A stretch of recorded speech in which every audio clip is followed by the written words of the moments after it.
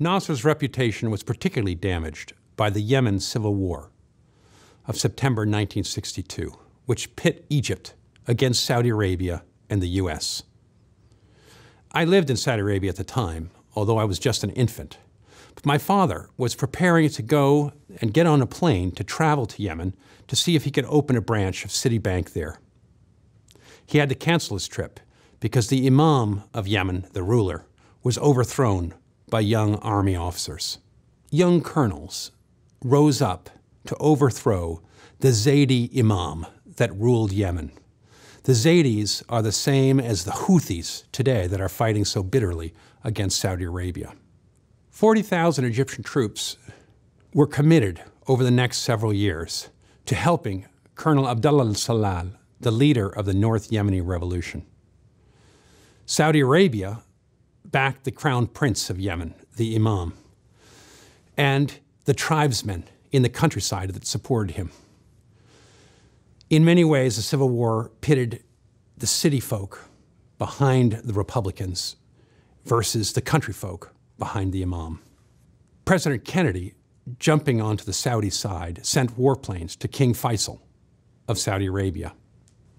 Now, Kennedy, who had been elected in 1960, moved closer to both Israel and Saudi Arabia during his years in power. This was a result of the formation of the UAR and the rise of Nasser. But he also reached out to Nasser in an effort to draw him away from the USSR and the communists. Kennedy treated Israel like Britain in what he called a special relationship.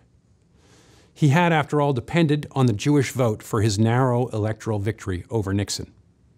He sent Hawk anti-aircraft missiles, jet airplanes, and other arms to Israel. This was, in many ways, the United States entering into what became an ever more brisk arms race against the Soviet Union. The CIA forged close ties to Mossad, the Israeli secret police. But at the same time, Kennedy began to try to improve relations with the Arab neutralist camp. That means Nasser. He sent wheat to Egypt and foreign aid. But this aid quickly went into decline as Nasser got involved in Yemen in 1962. But it was the 1967 war that was Nasser's ultimate undoing. The defeat of the combined Egyptian, Jordanian, and Syrian armies in just 6 days by Israel was a catastrophe for Arab nationalism. Nasser resigned in shame following the defeat, but widespread pro-Nasserist demonstrations led him to continue in his rule. He died in 1970 of a heart attack. Some said he had died of a broken heart. From 1967 onward, Pan-Islamism began to emerge as the opposition force to Pan-Arabism.